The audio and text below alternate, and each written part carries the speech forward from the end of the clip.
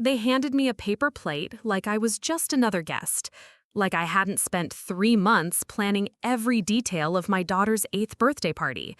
The backyard was perfect, streamers fluttering in the Atlanta breeze, Princess Castle bouncy house gleaming in the afternoon sun, and a table groaning under the weight of homemade cupcakes I'd stayed up until midnight decorating. Before we jump back in, tell us where you're tuning in from, and if this story touches you, make sure you're subscribed, because tomorrow I've saved something extra special for you. But I wasn't the hostess. I was the afterthought. Marcus stood by the grill, spatula in hand, accepting congratulations from his new wife's family like he'd orchestrated this whole celebration. His dental practice was thriving, they said. Such a devoted father, they murmured. Samantha, his wife of 18 months, floated between guests in her pristine white sundress, playing hostess to perfection. She'd swooped in 6 months ago and somehow convinced the judge that their newly blended household would provide more stability for Emma. I watched from the shade of the oak tree as Emma unwrapped presents, her dark curls catching the light the same way mine used to before life dulled them. She looked happy, surrounded by friends and cousins I rarely saw anymore. That should have been enough. It should have been. Veronica. Marcus appeared beside me, his voice carrying that particular tone he'd perfected during our divorce proceedings. Polite, but dismissive, like he was addressing a service worker. Thanks for coming. Thanks for coming? To my own daughter's birthday party. Of course, I managed, forcing a smile. She looks happy. She is. He glanced back toward the party, where Samantha was organizing some elaborate game involving treasure maps. Stability does that for kids. Routine. Structure. The words hit their intended target. I'd been working 3 jobs since the divorce, trying to keep up with child support payments that somehow got flipped when Marcus's lawyer convinced the court that his dental practice income was more reliable than my freelance marketing work.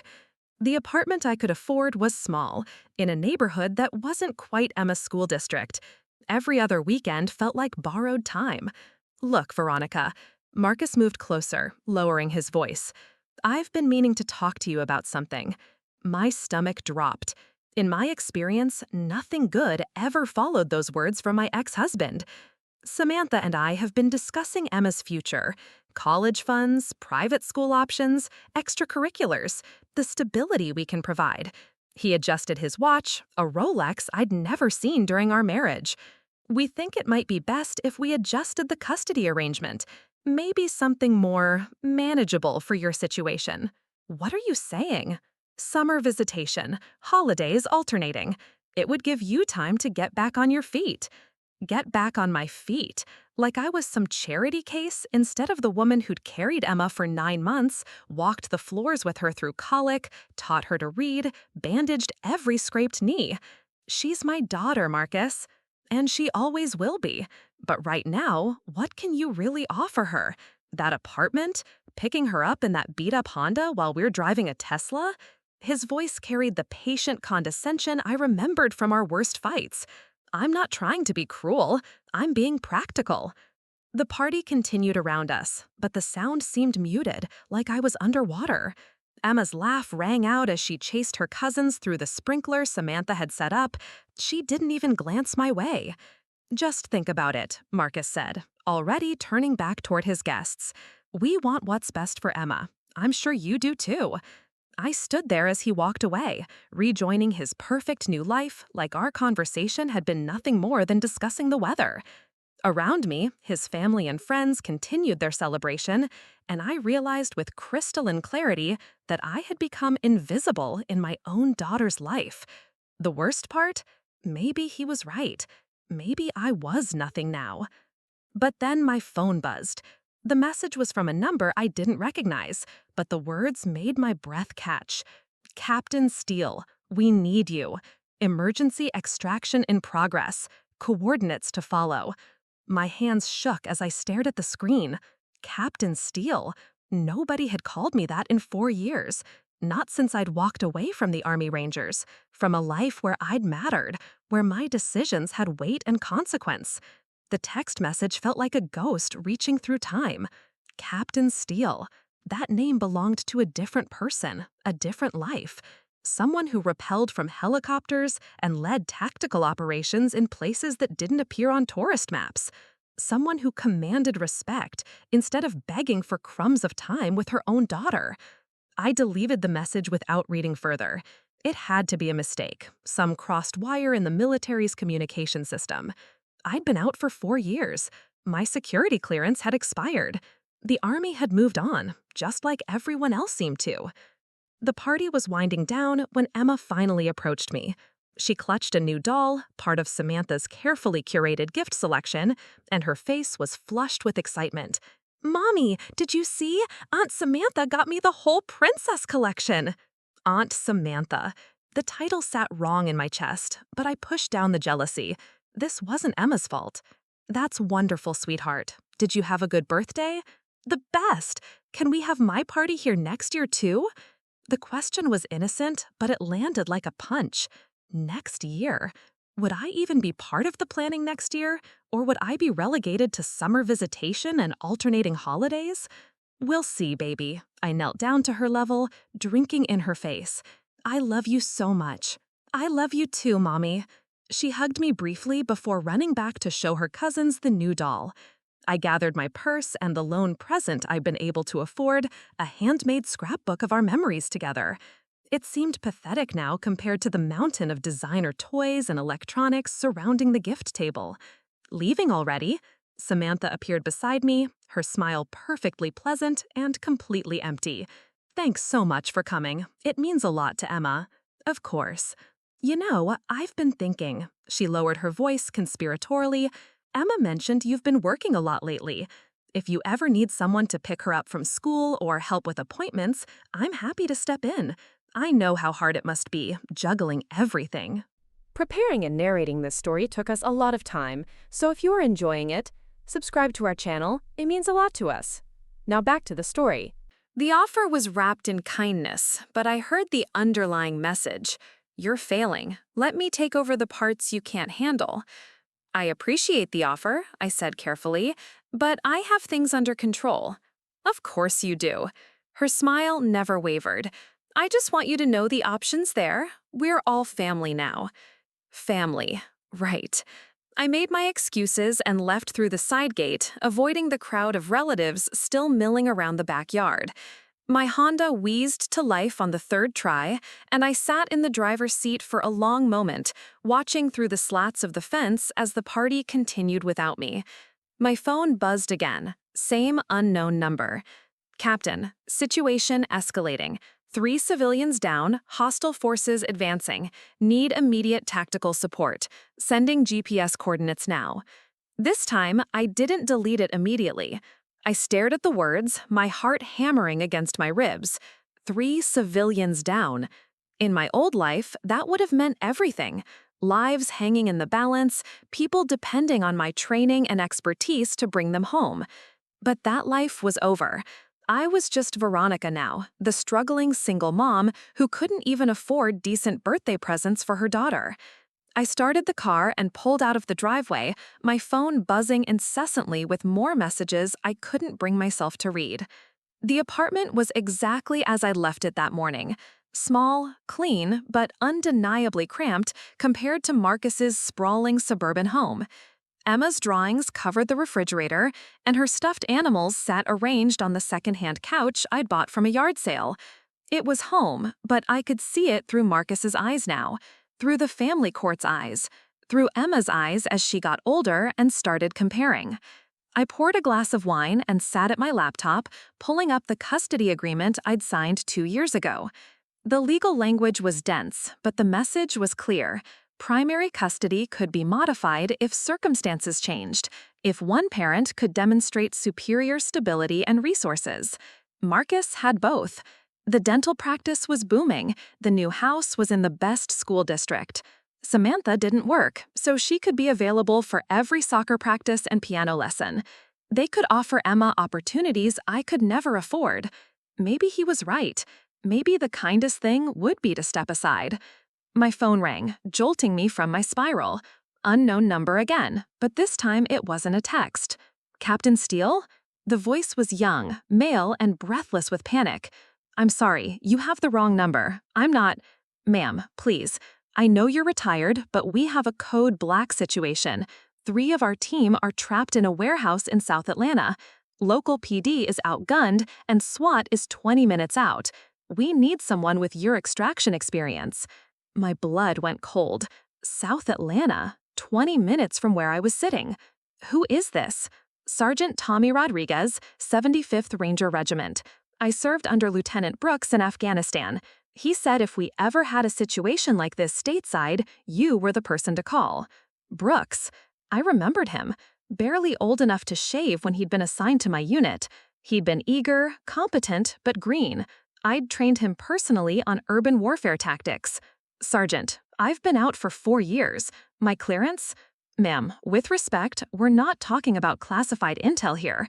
We're talking about Americans trapped in a building with armed hostiles. 3 Rangers who have families, who trusted this intel and walked into an ambush." The word hit me like a physical blow. Ambush. I'd walked into one myself, in a compound outside Kabul. The only reason my entire team made it out was because I drilled extraction protocols until they could execute them blindfolded. What's the situation? Drug bust gone wrong. Local task force was supposed to have backup, but the intel was bad. The dealers were expecting them. My team was providing overwatch from an adjacent building when everything went sideways. Now they're pinned down in a warehouse with limited ammunition and no clear exit. I found myself standing, pacing the small living room. What about air support? Negative. Urban environment, too many civilians in the area. We need someone who can coordinate a ground extraction without collateral damage. Someone like Captain Steele. "Sergeant, I need you to understand something. I'm not active duty. I have no authority here. If I show up at a crime scene, the officer in charge is Detective Sarah Chen. She knows who you are, ma'am. She specifically requested you." Chen? The name rang a bell, but I couldn't place it. "She said to tell you, Kandahar, that you'd remember." The wineglass slipped from my hand, shattering on the hardwood floor. Kandahar. I remembered Sarah Chen now, though she'd been Staff Sergeant Chen then. Combat medic, steady under fire, with a quick wit that had gotten us through some of the longest nights of my deployment. How long ago did this start? 47 minutes, ma'am. We're running out of time. I looked around my apartment, at the bills scattered across the kitchen table, at Emma's drawings on the refrigerator, at the custody papers still glowing on my laptop screen. This morning, I'd been nothing. A failed wife, a struggling mother, an afterthought at my own daughter's birthday party. But Captain Steele had never been nothing. "Send me the coordinates." The drive across Atlanta took 12 minutes, running red lights and using every shortcut I remembered from my days navigating the city in my old life. My hands were steady on the wheel, muscle memory taking over as my brain shifted into tactical mode. The warehouse district in South Atlanta was a maze of industrial buildings and abandoned lots. Police cars had cordoned off a 3-block radius, their red and blue lights painting the twilight in urgent colors. I parked 2 blocks out and approached on foot, my phone buzzing with updates from Rodriguez. "Hostiles have moved to the 2nd floor. My team is trapped in the loading bay with approximately 15 minutes of ammunition remaining." Detective Sarah Chen stood behind a patrol car, radio in one hand, tactical vest over her detective's blazer. She looked older, harder around the edges, but when she saw me approaching, her face broke into the first genuine smile I'd seen all day. "Captain Steele, thought you might be too civilized for this kind of work now." Apparently not.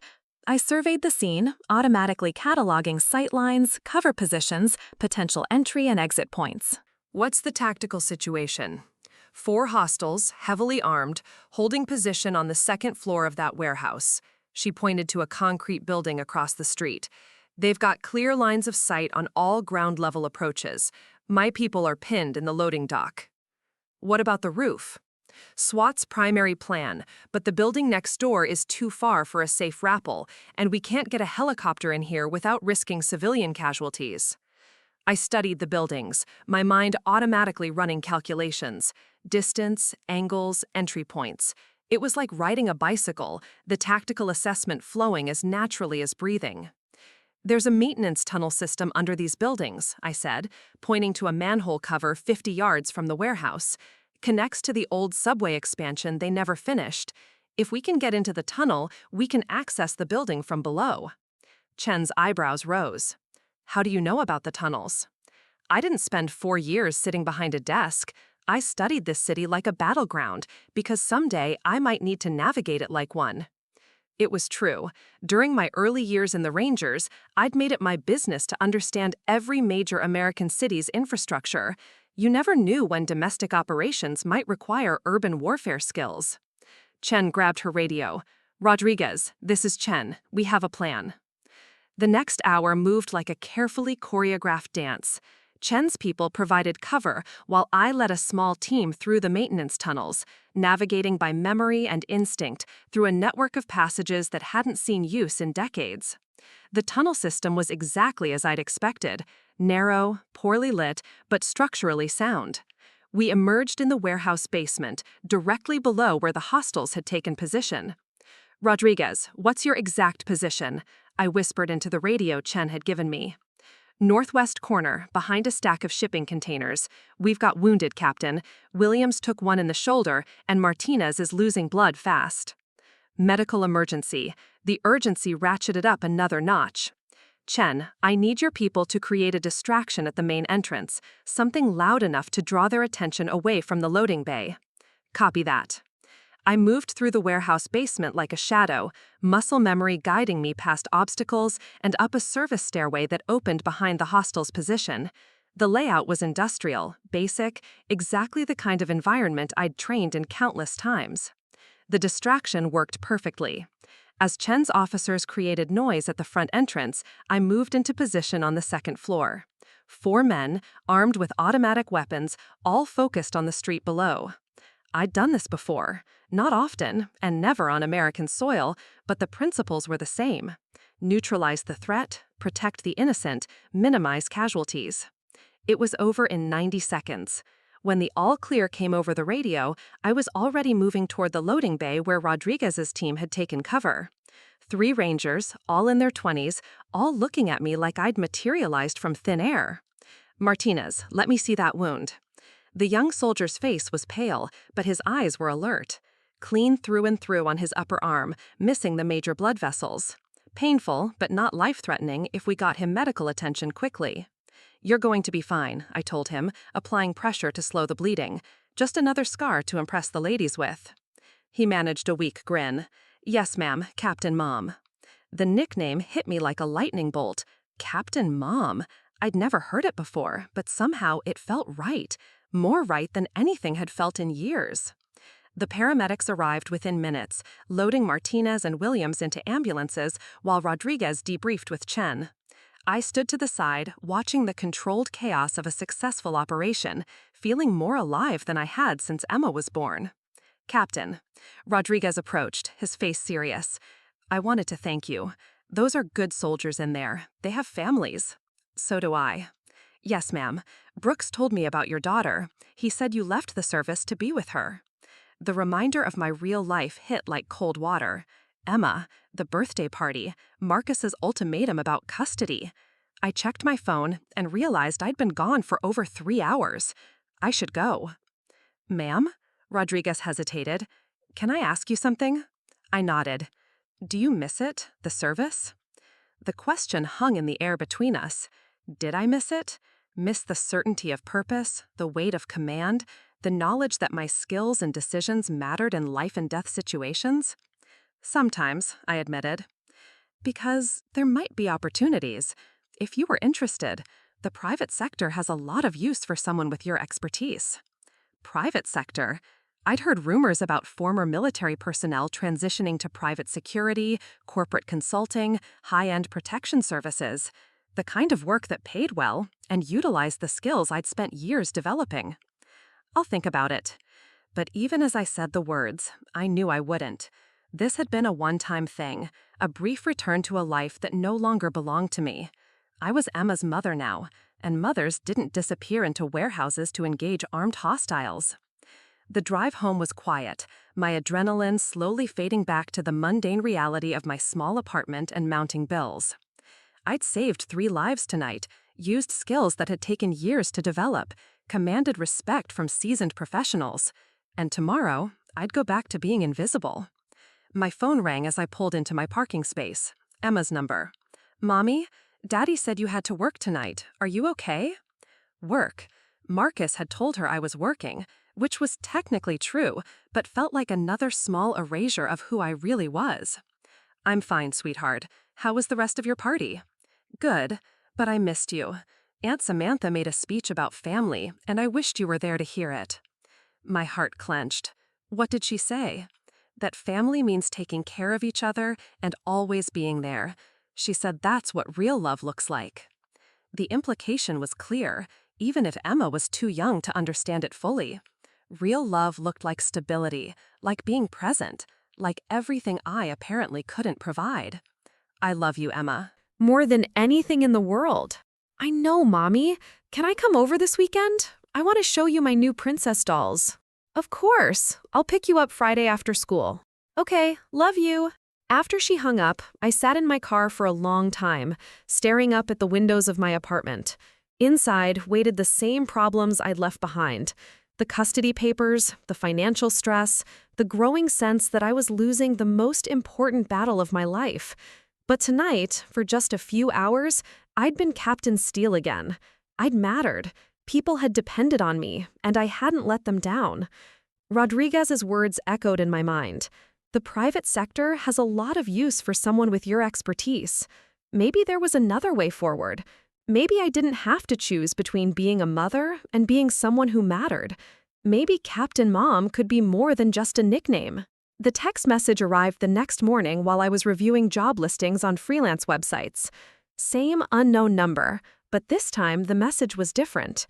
"Captain Steele, last night's operation was a success, thanks to your intervention. We have a proposition for you. Are you available to meet?" I stared at the phone, coffee growing cold in my hands. A proposition?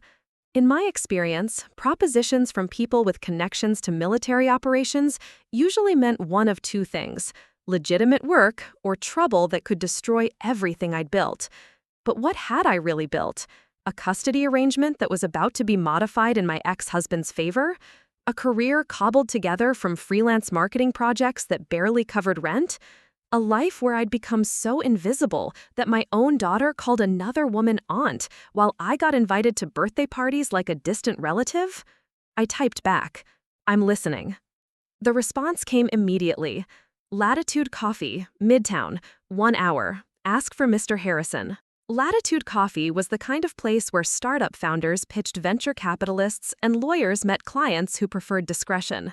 Exposed brick walls, Edison bulb lighting, and enough ambient noise to cover sensitive conversations. Mr. Harrison wasn't what I'd expected. Mid-40s, silver-haired, wearing a perfectly tailored suit that screamed money but not ostentation. He stood when I approached his corner table, extending a firm handshake. "Captain Steele, thank you for coming. It's just Veronica now. I'm not active duty." "Of course." He gestured for me to sit. "Though I suspect rank is more about capability than paperwork, don't you think?" I studied his face, looking for tells. His posture was military, but old school. Navy, maybe, or Air Force. The kind of bearing that came from years of command positions. "What's this about, Mr. Harrison?" "Last night's operation was impressive. Clean, efficient, minimal collateral damage. Detective Chen spoke very highly of your tactical decision-making." "Chen called you?" "Sarah and I have worked together before. She consults for my company occasionally when we need someone with her particular expertise." He slid a business card across the table. Black, minimal text. "Harrison Security Solutions. Discreet, professional, results." "I've never heard of your company." "That's intentional. We provide specialized security services for clients who require the highest level of discretion. Corporate executives facing credible threats, high net worth individuals who've received kidnapping attempts, families dealing with stalking situations that local law enforcement can't adequately address." I turned the card over. No address, just a phone number and email. "And you think I'd be interested in this because?" "Because you're overqualified for everything else you're likely to find, and because our clients pay extremely well for genuine expertise." He wasn't wrong about the overqualified part. I'd spent the morning looking at marketing jobs that required enthusiasm and fresh thinking, but paid barely enough to cover my rent. What kind of money are we talking about? Our basic protection detail starts at $2,000 per day. Specialized operations command higher rates. Last month, one of our consultants earned more in a single weekend than most people make in 6 months. $2,000 per day. I tried not to let my interest show, but the number was staggering compared to my current income. There would be travel, of course. Some assignments require extended deployment, but the work is rewarding, both financially and professionally. Extended deployment? Travel? The words triggered a familiar pang of concern. I have a daughter, 8 years old. I can't just disappear for weeks at a time. Harrison nodded sympathetically. Many of our consultants have families. We're flexible about scheduling, and we can often arrange assignments that work around parental obligations. What aren't you telling me? He smiled, the first genuine expression I'd seen from him. You cut straight to the point. I like that. He leaned back in his chair, studying me for a moment. The truth is, Captain, we've been tracking your career since you left active duty. Your record in Afghanistan was exemplary. The Kandahar operation, specifically. You saved 43 lives in a coordinated extraction under heavy fire. Kandahar. Everyone kept bringing up Kandahar, but it felt like another lifetime. Another person who'd worn my name and my face, but lived in a completely different world. That was my job. Not everyone could have done it. Chen certainly couldn't stop talking about your leadership that night. The way you assessed the situation, adapted to changing circumstances, kept your team focused under pressure. He paused, watching my reaction. The private security world is full of ex-military personnel, but most of them are followers. They can execute orders, provide muscle, maintain perimeters. What we need are leaders, people who can think strategically, make decisions under pressure, command respect from both clients and team members. And you think I'm that person? I know you are. The question is whether you're ready to be that person again. I thought about the previous night, the way it had felt to move through that warehouse with purpose and certainty, the way Rodriguez and his team had looked at me with respect, not pity, the way Chen had trusted my judgment without question. What would the first assignment look like? Harrison's smile widened. Actually, we have something perfect. A corporate executive in Charleston has been receiving credible death threats. His teenage daughter was approached by unknown individuals outside her school. Local police are investigating, but the family wants additional protection while they attend a charity gala this weekend. Sounds straightforward. It is. 3 days, simple protection detail, mostly observation and threat assessment. Perfect for someone getting back into the field. He slid a manila folder across the table. The client file. You can review it and let me know by tomorrow if you're interested. I picked up the folder but didn't open it. Why me specifically? You said you've been tracking my career. There have to be other qualified candidates. There are, but none of them are Captain Mom. The nickname again. It hit differently coming from Harrison, more calculated than when Rodriguez had used it. How do you know about that? Word travels fast in certain circles. A retired Ranger captain who can coordinate tactical operations while maintaining the instincts of a protective parent, that's a rare combination and extremely valuable for the kind of clientele we serve. I stood, folder in hand. I'll review this and get back to you. Of course. But Captain? He stood as well, extending his hand again. Don't take too long. Opportunities like this don't wait indefinitely. The drive back to my apartment was a blur of competing thoughts. $2,000 per day, extended deployments, leadership opportunities, the chance to use skills I'd spent years developing instead of letting them atrophy behind a computer screen. But also, Emma, custody arrangements, the growing possibility that Marcus might be right about my inability to provide stability. I parked in my usual spot and sat in the car, staring at the folder Harrison had given me. Inside was information about people who were living under threat, who needed protection that only someone with my training could provide. People who would pay me more in a weekend than I currently made in 3 months. My phone buzzed with a text from Marcus. Veronica, we need to talk about Emma's school enrollment for next year. Samantha found an excellent private academy that would be perfect for her academic development. Can you call me this evening? Private academy, the kind of school that cost more per year than I made in total, the kind of opportunity Emma deserved, but I couldn't provide. Unless I could. I opened the folder and began to read. The Charleston assignment changed everything, though not in the way I expected. The Whitmore family lived in a mansion that belonged in architectural magazines, all sweeping staircases and crystal chandeliers that probably cost more than my annual rent. Robert Whitmore owned a chain of luxury hotels across the Southeast, and someone had decided his success made him a target worth threatening. The death threats had started simple enough: typed letters in his office mailbox, generic warnings about paying for his crimes against the working class. But then they escalated. Photos of his daughter Melissa at school, detailed descriptions of his wife's daily routine, and finally, the incident that had prompted him to call Harrison Security. Two men in a black sedan had followed Melissa from her private school to the country club where she took tennis lessons. When the club's security guard approached their vehicle, they'd driven away, but not before one of them had rolled down his window and called out Melissa's name. That's when Robert Whitmore stopped treating the threats as a nuisance and started treating them as a credible danger to his family. I arrived in Charleston on a Thursday morning, driving a rental car that Harrison's company had arranged. The client briefing was scheduled for 10 a.m. at Whitmore's downtown office, but I wanted to scout the location first, get a feel for the security challenges we'd be facing. The office building was modern glass and steel in Charleston's business district, with good sightlines and multiple exit routes. Professional security in the lobby, keycard access to the upper floors, and surveillance cameras covering all the common areas.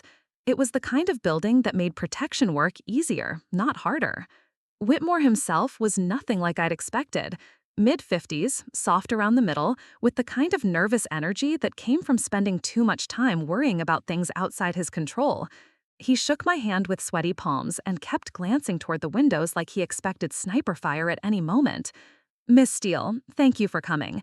Harrison spoke very highly of your qualifications. I've reviewed the threat assessment. Can you walk me through the timeline of escalation?" He pulled out a manila folder thick with documentation: police reports, copies of the threatening letters, surveillance footage from the country club. It was thorough, professional, and painted a picture of someone who was either very serious about their threats or very good at creating the impression of danger. The charity gala is tomorrow night. 500 guests, including most of Charleston's business and political elite. If someone wanted to make a statement about income inequality, it would be the perfect venue. I studied the guest list and venue layout he provided.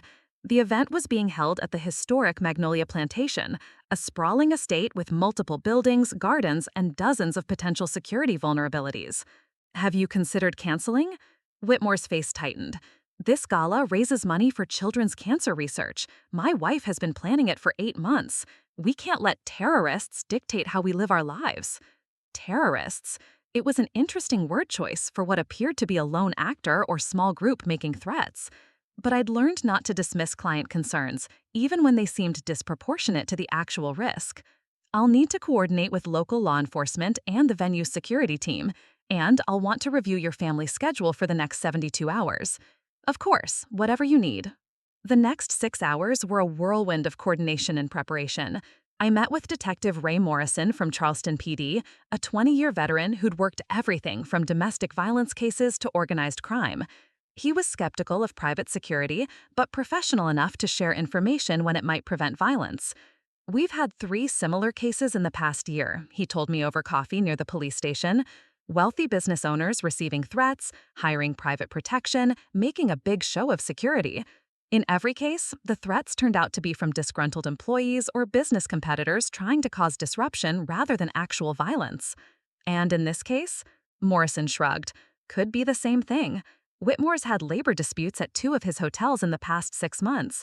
Laid off 40 housekeeping staff when he automated the check-in process. That kind of thing generates resentment." It was a possibility I hadn't considered. Corporate threats were often about economic pressure rather than physical violence.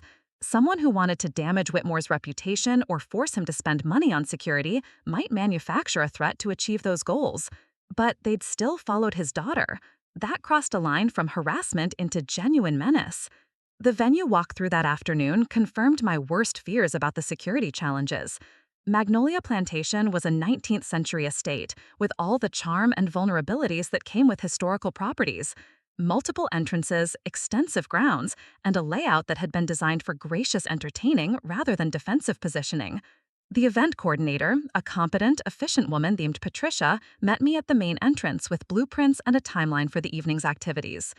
Cocktails start at 7 in the garden pavilion, she explained, leading me through the grounds. Dinner is served at 8:30 in the main ballroom, followed by the auction and speeches. Most guests typically leave by 11, though some stay later for dancing. I studied the layout, automatically cataloging sightlines and choke points. The garden pavilion was completely exposed, surrounded by 100-year-old oak trees that provided excellent cover for anyone who wanted to observe the gathering without being seen. The main ballroom had better natural security, but only 2 exits and windows that faced the parking area. Has anyone requested specific seating arrangements, changed catering orders at the last minute, unusual vendor requests? Patricia consulted her tablet. Nothing unusual. Same vendors we've used for 3 years, same menu, same floral arrangements. The only change was Mr. Whitmore requesting additional security presence, which I understand you're coordinating. I spent another hour walking the perimeter, noting every possible approach route and escape path. The plantation bordered on state forest land to the north and east, providing cover for anyone who wanted to approach on foot. The main road access was easily observable, but there were 2 service roads that would allow vehicles to get within 100 yards of the main buildings. By the time I returned to Charleston, I had a tactical plan and a growing sense that this assignment was more complicated than a simple protection detail. My phone rang as I was reviewing my notes at the hotel. Emma's number. "Mommy, guess what happened at school today?" The sound of her voice was like stepping into sunlight after hours in shadow. For a moment, the threats and security assessments faded into background noise. "Tell me everything, sweetheart." "Mrs. Patterson said my book report was the best in the class, and Tommy Morrison asked me to be his partner for the science project. We're going to build a volcano that actually erupts." She was so excited, the words tumbling over each other in her rush to share everything at once. I found myself smiling for the first time in days. "That's wonderful, baby. I'm so proud of you." "Are you still at work? Daddy said you had to travel for a special job." Marcus had told her I was traveling for work, which was technically true, but felt like another small erasure of what I was actually doing. He couldn't say his ex-wife was providing security for wealthy families because that would contradict his narrative about my inability to provide stability. "I am working, but it's only for a few days. I'll be home this weekend, and we can start planning that volcano project." "Really? You'll help me with the science project?" The eagerness in her voice made my chest tight. When was the last time I'd been able to help with homework or school projects? Between my freelance work and her custody schedule, it felt like I was always catching up, always one step behind her daily life. "Absolutely. We'll make the best volcano Mrs. Patterson has ever seen." After Emma hung up, I sat in the hotel room staring at my tactical notes. $2,000 for 3 days of work. If the assignment went well, Harrison had implied there would be more opportunities. Regular income that could pay for science project supplies and birthday parties, and maybe even contributions to that private school Marcus kept mentioning. But it also meant more time away from Emma, more trips, more assignments, more opportunities for Marcus to point out that my work required me to disappear at a moment's notice. The contradiction felt impossible to resolve. The skills that made me valuable in this work were the same ones that had kept me away from home during my military service. And now, just like then, using those skills meant choosing between professional success and being present for the people I loved most. My phone buzzed with a text from Harrison. "How's the Charleston situation developing?" I typed back, "Routine protection details so far. Client is nervous, but threats seem manageable." "Good. I have another opportunity developing in Miami if you're interested. Tech executive dealing with stalking situation. Would start Monday." Monday, 4 days from now. Before I could even process how this assignment ended, there was already another one waiting. I didn't respond immediately. Instead, I called room service and ordered dinner, spreading my security assessment across the small hotel desk. Tomorrow night's gala would be the real test. If I could keep the Whitmore family safe through a high-profile public event, it would establish my credibility with Harrison's company and potentially lead to more lucrative assignments. But if something went wrong, if I missed a threat or made a tactical error that put civilians at risk, it wouldn't just end my brief return to this kind of work.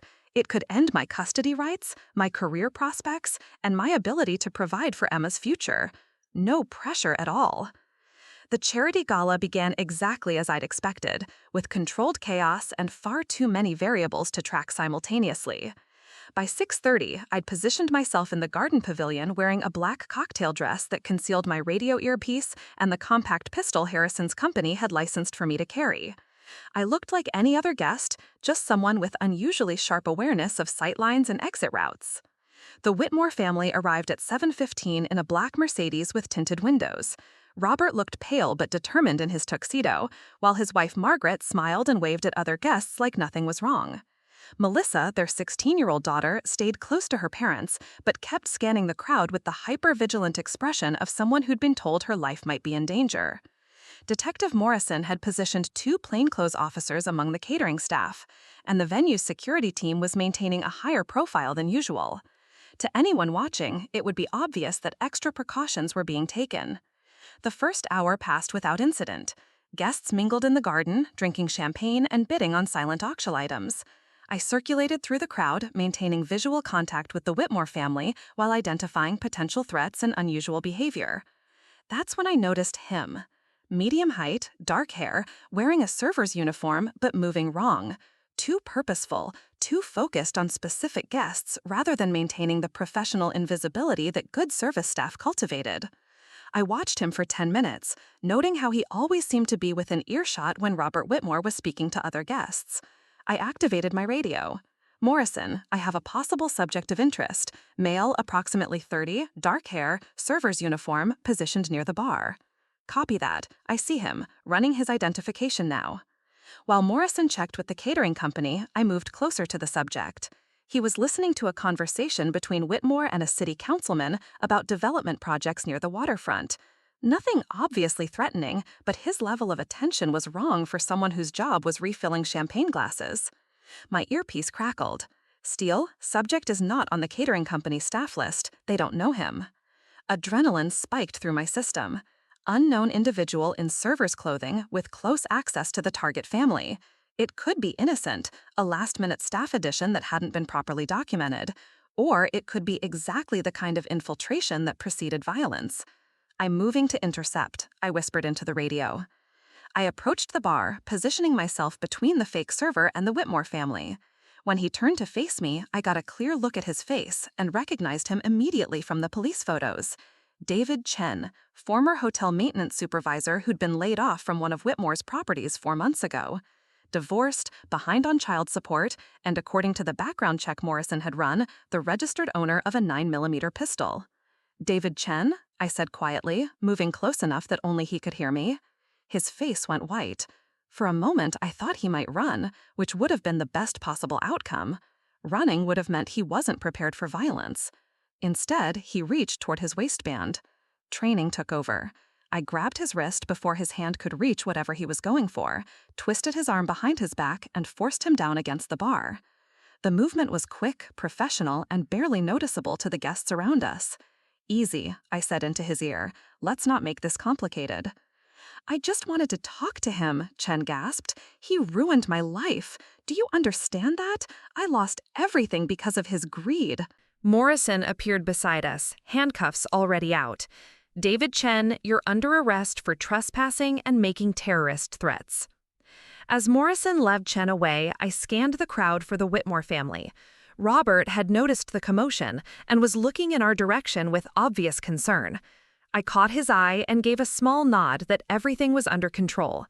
The rest of the evening proceeded without incident, but the adrenaline didn't fade.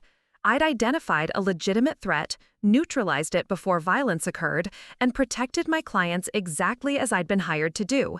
It felt like the Afghanistan operations I remembered, that same combination of preparation, instinct, and decisive action that had kept people alive. After the last guests left and the family was safely home, I met with Morrison to complete the incident report. "Clean work tonight," he said, closing his notebook. "Chen had a loaded pistol in a shoulder holster under that server's jacket. If you hadn't spotted him when you did, this could have ended very differently." Any idea how he got the uniform? Stole it from a laundry service that handles multiple catering companies. He'd been planning this for at least a week. I thought about Chen's face when I'd confronted him, the desperation and rage I'd seen there. He wasn't a professional criminal or a terrorist.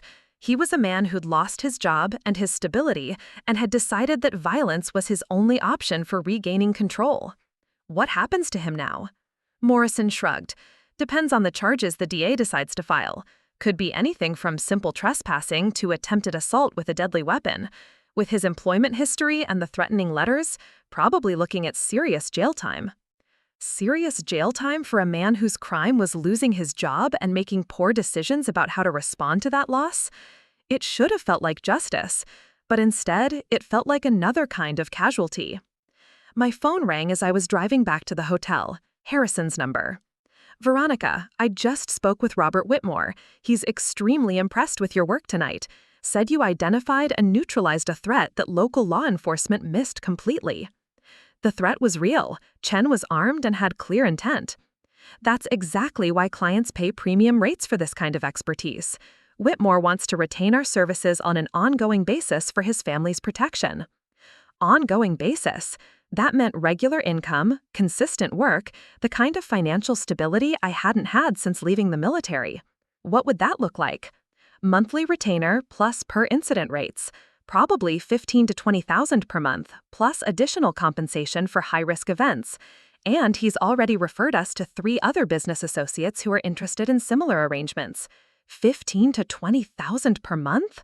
The number was staggering compared to my current income. It was enough to afford the private school Marcus kept mentioning, enough to move to a better apartment, enough to provide Emma with opportunities I'd never imagined being able to offer. I'd need to review the specific terms, I said carefully. Of course, I'll have contracts drawn up by Monday. And Veronica, this is just the beginning. Word is already spreading about tonight's success. I have 6 other potential clients who want to meet with you next week.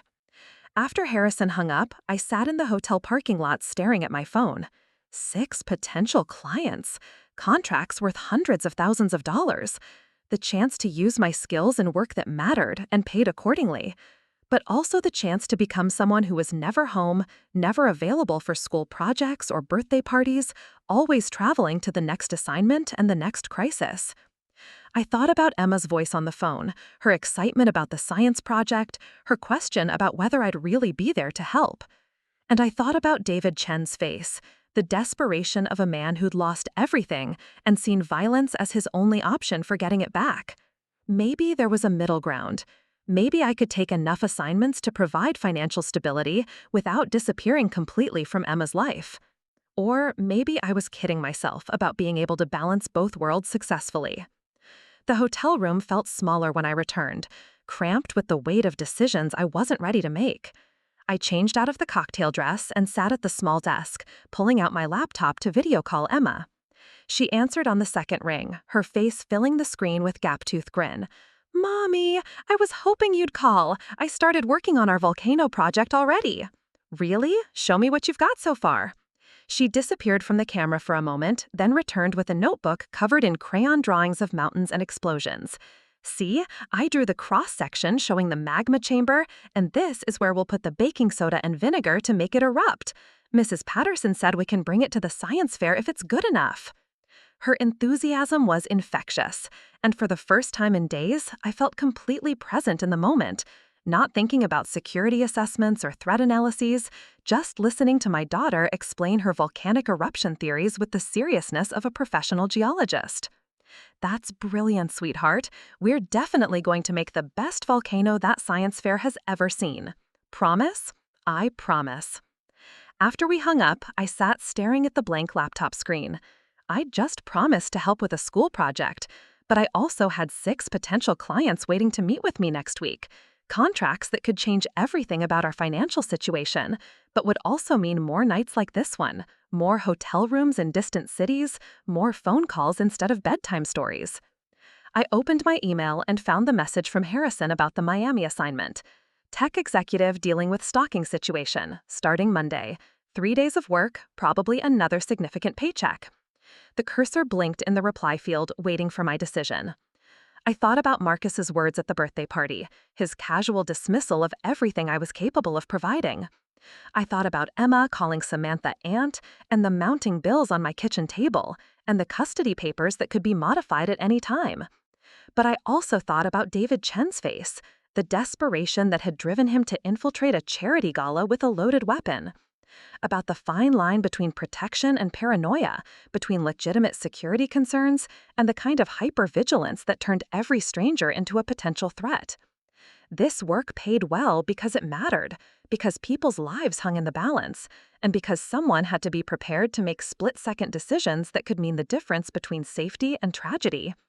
The question was whether I was ready to be that person again, full-time, with all the sacrifices and complications that choice would bring. I closed the laptop without responding to Harrison's email. Some decisions couldn't be rushed, even when opportunity was knocking with increasingly urgent intensity. Tomorrow, I'd drive back to Atlanta, back to my small apartment and my pile of bills and my complicated relationship with an ex-husband who thought I was nothing. But tonight, for the first time in 4 years, I'd been Captain Mom again. I'd identified a real threat, prevented potential violence, and protected people who were depending on my expertise. It felt like remembering how to breathe. The custody hearing was scheduled for 9 a.m. on a Tuesday morning in October.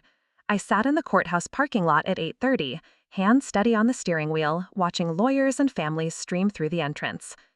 3 months had passed since Charleston, 3 months of assignments that had taken me from Miami to Houston to Nashville, building a reputation and a bank account that would have seemed impossible a year ago.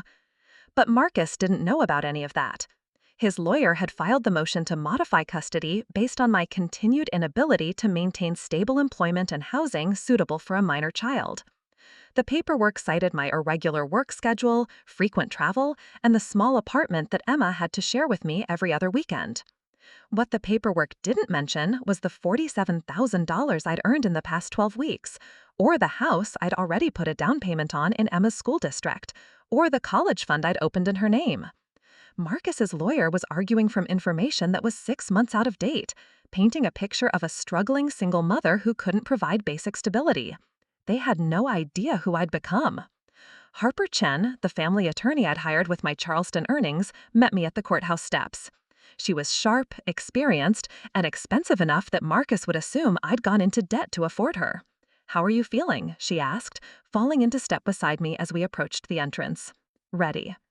Remember, we're not trying to prove you're perfect. We're proving you're providing a stable, loving environment that serves Emma's best interests. Your ex-husband's attorney will try to make your travel schedule seem erratic and irresponsible. I nodded, checking my phone one last time. Harrison had sent a text an hour ago. Congressional security detail confirmed for next week. Rates discussed previously. Congressional security. The kind of assignment that would have been unthinkable 6 months ago, when I was invisible at birthday parties and begging for freelance marketing contracts. Now I was being trusted with the safety of elected officials, earning fees that reflected the true value of my expertise. The courtroom was smaller than I'd expected, wood-paneled and formal, but not intimidating. Marcus sat with his lawyer at the plaintiff's table, wearing his most conservative suit and the expression of patient concern he'd perfected during our divorce. Samantha sat in the first row behind him, her hand resting protectively over her obviously pregnant belly. Pregnant? That was new information, and it changed the tactical landscape considerably. A new baby would strengthen their argument about providing a stable family environment, but it would also mean divided attention and resources that Marcus hadn't factored into his custody calculations. Judge Margaret Rodriguez entered precisely at 9, carrying herself with the authority of someone who'd spent decades making decisions that shaped families' futures. She reviewed the case files with methodical attention before addressing both legal teams. This is a motion to modify custody arrangement for Emma Cole, age 8. Mr. Patterson, you may proceed with your opening statement. Marcus's lawyer stood, consulting his notes with theatrical precision. Your Honor, the petitioner seeks modification of the current custody arrangement based on significant changes in circumstances that affect the minor child's welfare and stability. He launched into the familiar narrative: my irregular income, my frequent absences, my inability to provide the educational and extracurricular opportunities that Emma deserved. It was a competent performance, hitting all the legal points that family courts typically considered when evaluating parental fitness. The petitioner and his wife have established a stable household environment with consistent income, appropriate housing, in an excellent school district, and the emotional support structure necessary for raising a child entering her formative years.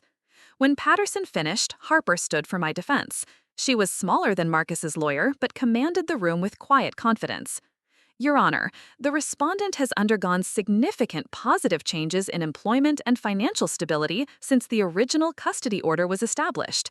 We'll be presenting evidence that Ms. Cole now provides a safe, stable environment that fully serves Emma's best interests. The first witness was Dr. Amanda Foster, the child psychologist who'd been conducting court-ordered evaluations with Emma every 6 months since the divorce. She testified that Emma showed no signs of distress or instability related to the current custody arrangement.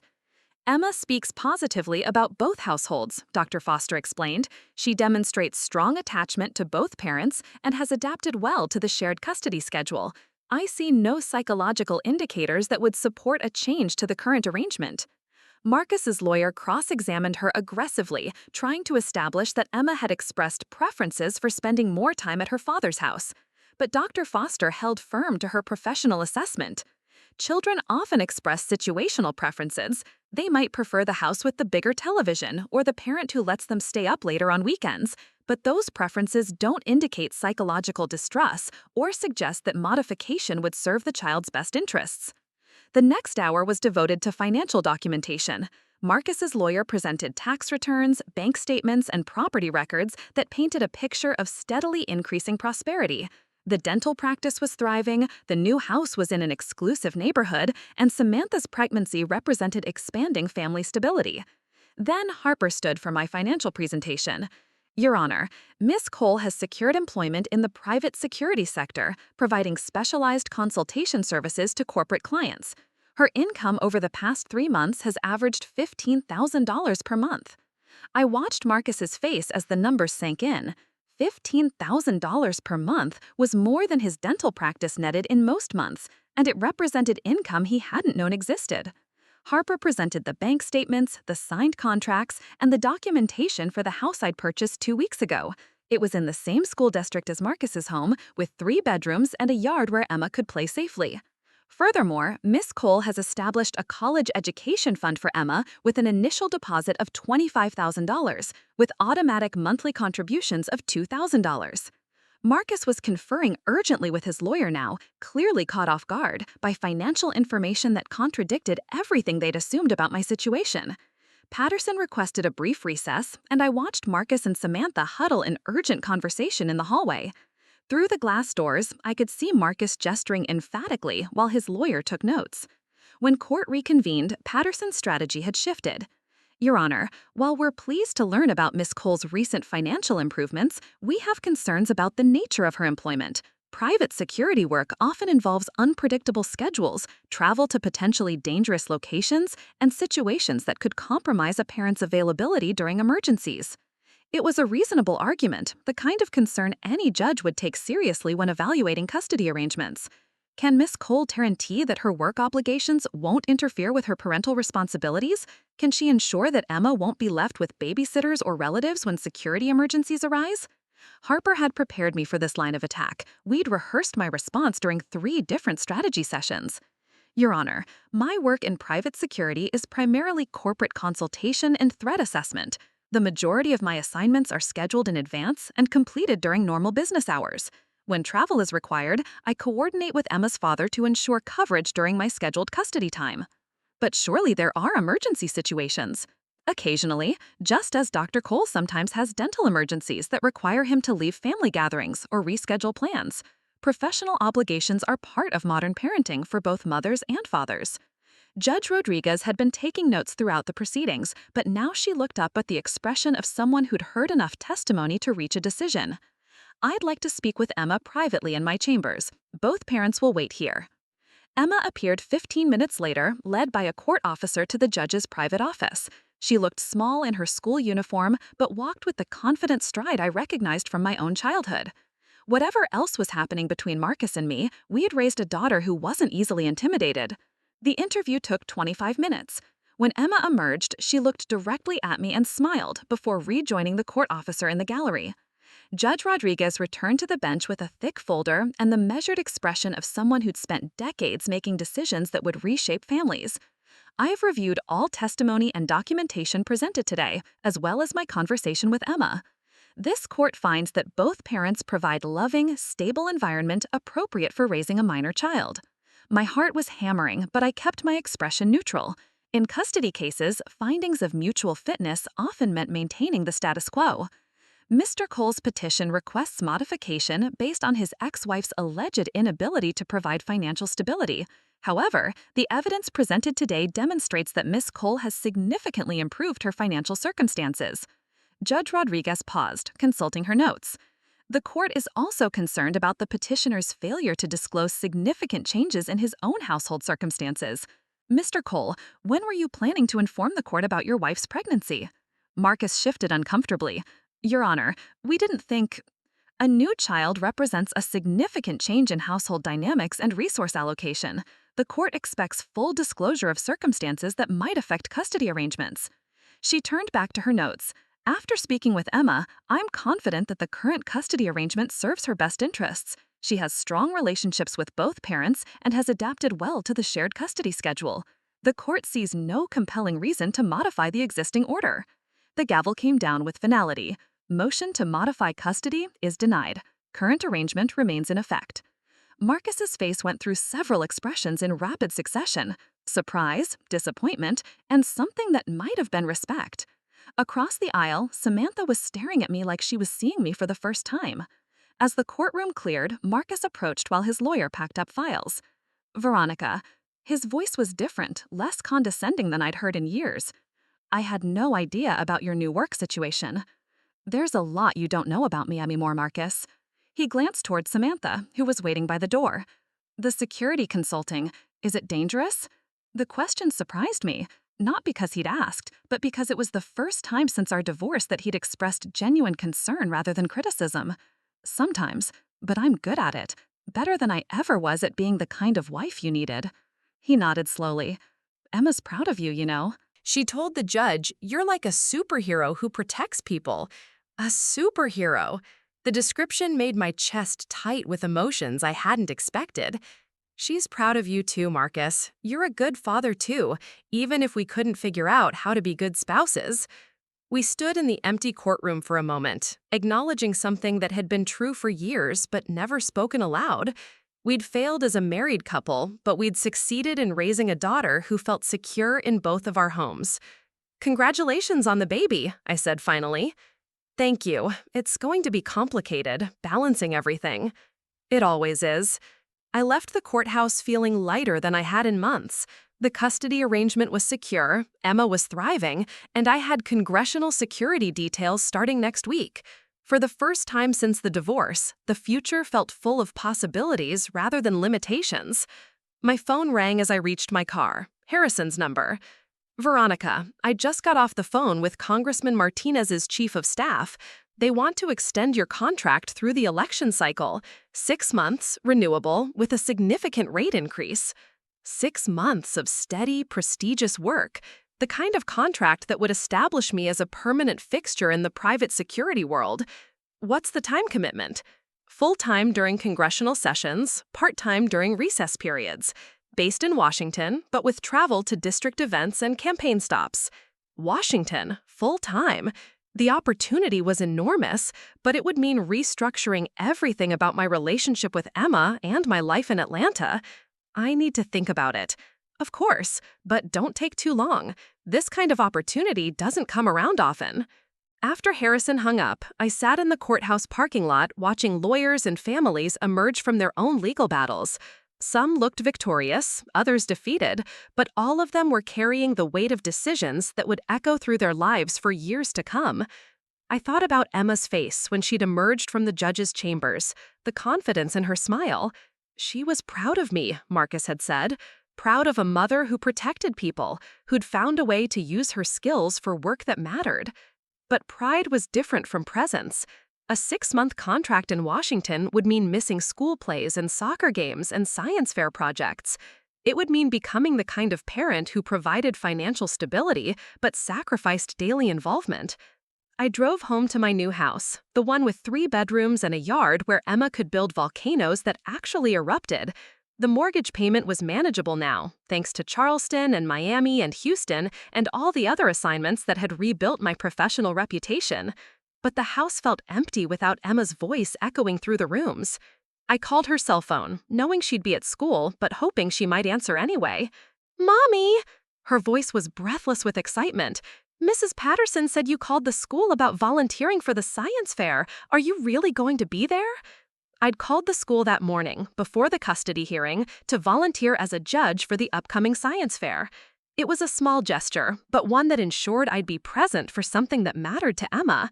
"I'll be there, sweetheart. Wouldn't miss it for the world. Even if you have important work stuff?" The question cut straight to the heart of everything I'd been wrestling with since Charleston. Even if I had important work stuff, even if congressmen needed protection, or corporate executives faced credible threats, or opportunities arose that could set us up financially for the rest of our lives. Emma, I need you to understand something. My work is important and I'm good at it, but you're the most important thing in my life. Nothing will ever change that. "I know, Mommy. That's what I told the judge." After we hung up, I sat in my kitchen surrounded by the documentation of my professional success: contracts, bank statements, letters of recommendation from clients who trusted me with their lives and their family's safety. But none of those documents mattered as much as the volcano project Emma had left on my kitchen table, half finished and waiting for my help. I opened my laptop and drafted an email to Harrison. "Thank you for the congressional opportunity. I'm honored by their confidence, but I need to decline. I'm committed to maintaining a presence in Atlanta that allows me to be consistently available for my daughter. However, I'd be interested in discussing regional assignments or consulting projects that don't require extended deployment." I stared at the draft for 10 minutes before hitting send. 48 hours ago, I would have said yes without hesitation. The money, the prestige, the chance to work at the highest levels of government security were exactly what I'd trained for during my military career. But Captain Mom wasn't just about using my skills to protect other people's families. It was about being present for my own. Harrison called within an hour. "I received your email. Are you sure about this? The congressional contract could lead to Secret Service consideration, maybe even cabinet-level protection assignments." "I'm sure." "Can I ask why?" I thought about the birthday party 6 months ago, standing in Marcus's backyard feeling invisible and worthless. I thought about David Chen's face in Charleston, the desperation that had driven him to violence. I thought about Emma's voice on the phone, asking if I'd really be there for her science fair. Because some missions can't be outsourced. Harrison was quiet for a moment. "I understand. And for what it's worth, I respect the decision. Family has to come first." "Does this affect other opportunities?" "Are you kidding? You've built a reputation as someone who can handle anything but won't sacrifice integrity for advancement. That's exactly what high-end clients want, someone they can trust completely." After Harrison hung up, I walked through my new house, imagining Emma's voice filling the empty rooms. The master bedroom where she'd wake me up on Saturday mornings, the kitchen where we'd bake birthday cakes together, the living room where we'd watch movies and work on homework. 6 months ago, I'd been nothing, an afterthought at my own daughter's birthday party, invisible to the people who were supposed to matter most. But being Captain Mom wasn't about becoming someone else. It was about remembering who I'd always been underneath the disappointment and the financial stress and the custody battles.